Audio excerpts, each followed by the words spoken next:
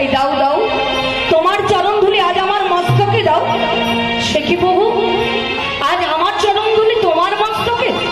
না না প্রভু, আজ আমার চরণ ধুলি তোমার মস্তকে দিতে পারি না। তাহলে নারদ, আমার কি শিরোপীড়া ভালো হবে না? বলো বলো ঠাকুর, আজ তোমার কেমন ভাবে শিরোপীড়া ভালো হবে না? তাই তুমি স্বয়ং ভোলানাথের কাছে যাও তো, ভোলানাথকে কি বলো যে গোবিন্দের ভীষণ শিরোপীড়া, গোবিন্দ আমার সহ্য করতে পারছে না, তাই তোমার চরণ ধুলি আজ আমার গোবিন্দের মস্তকে দাও।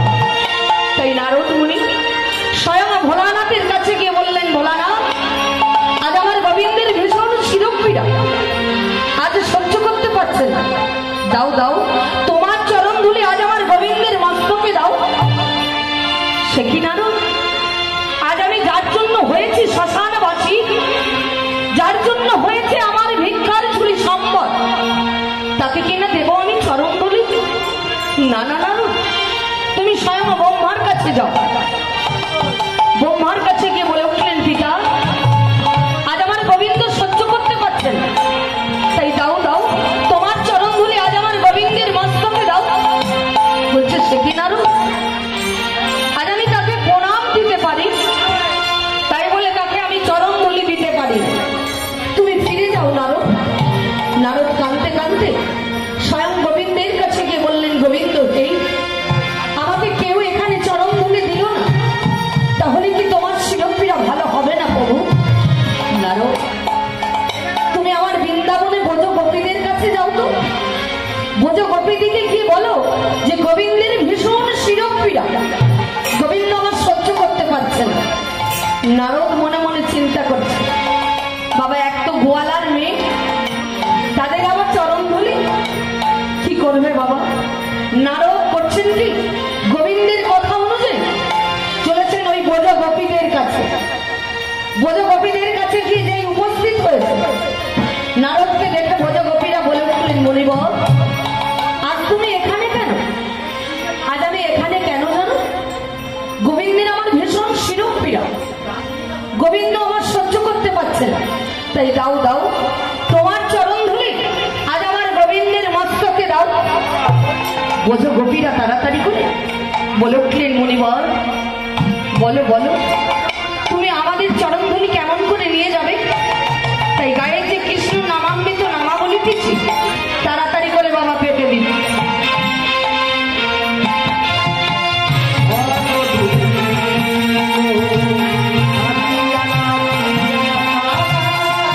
যেই পেটে দিয়েছে, ব্রজ গোপীরা বাবা গৃহকর্ম করছিল, কেউ হয়তো দুময়ে করে গোবর মাখছে, সেই গোবর ময়েতেই বলি নাচিয়া নাচিয়া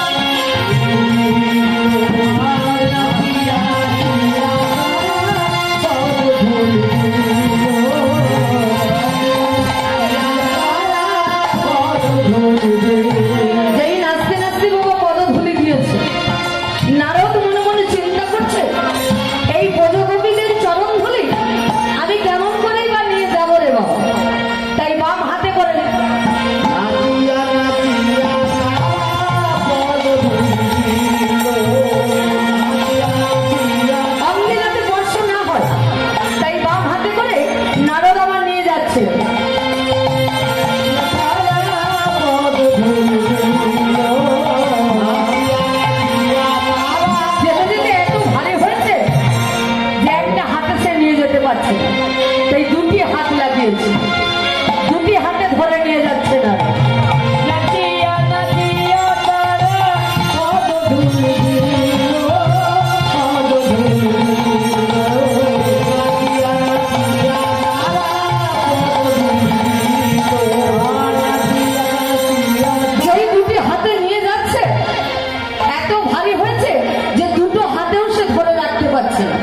তাই শেষকালে করে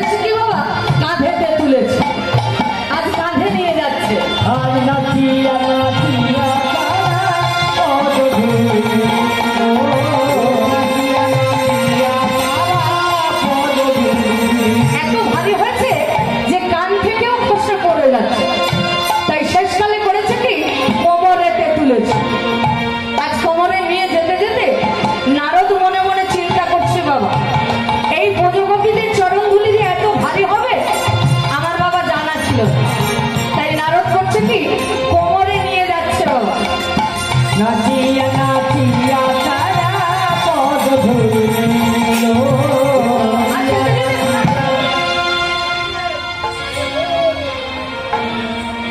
যেই পড়ে গেছে মনে মনে চিন্তা করছে যে এত ভারী হবে আমার বাবা জানা ছিল না, তাই কোমর থেকে করেছে কি মস্তকেতে তুলেছে। যেই মস্তকে তুলেছে গোবিন্দ আমার শয্যার উপর বসে বসে হাসছে। নারদ দেখে বলছে প্রভু তোমার কি শিরোপীড়া ভালো হয়ে গেল? হ্যাঁ নারদ, আমার শিরোপীড়া কখন ভালো হয়েছে জানো? যখন কৃষ্ণ নামামৃত নামাবলিতে ওই ব্রজগোপীরে বলি চরণ ধুলি পড়েছে তখনই আমার শিরোপীড়া ভালো হয়ে গেছে। তাই বলি নারদ, বলি নামেতে পড়েছে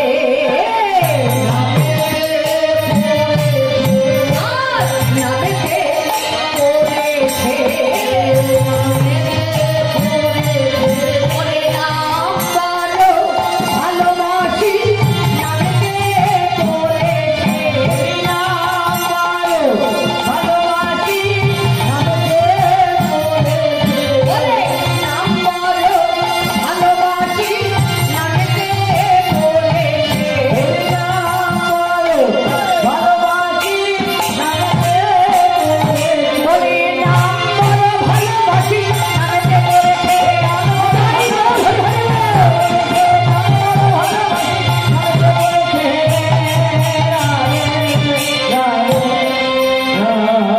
আর শোনো না, একে তো আমার এই নাম বলো, দ্বিতীয়ত কি বলো জানো? দ্বিতীয়ত আমার এই ভক্ত বল। তাই তো বলি না, বলি ওগো ভক্ত মাতা পিতা ভক্ত বন্ধু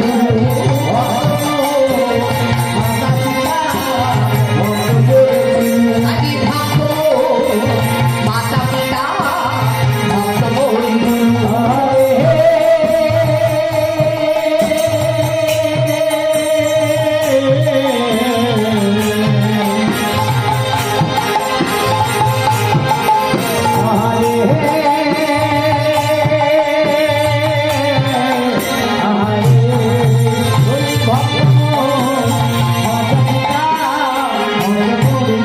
আবার ভক্তদের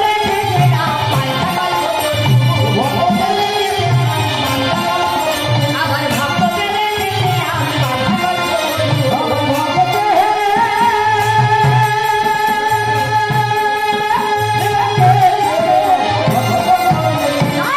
রইতে নারী গো রইতে নারী গো ওই ভক্ত বড় ভালোবাসি রইতে নারী গো ভালোবাসি ওরে ভক্ত বড় ভালোবাসি রইতে নারী গো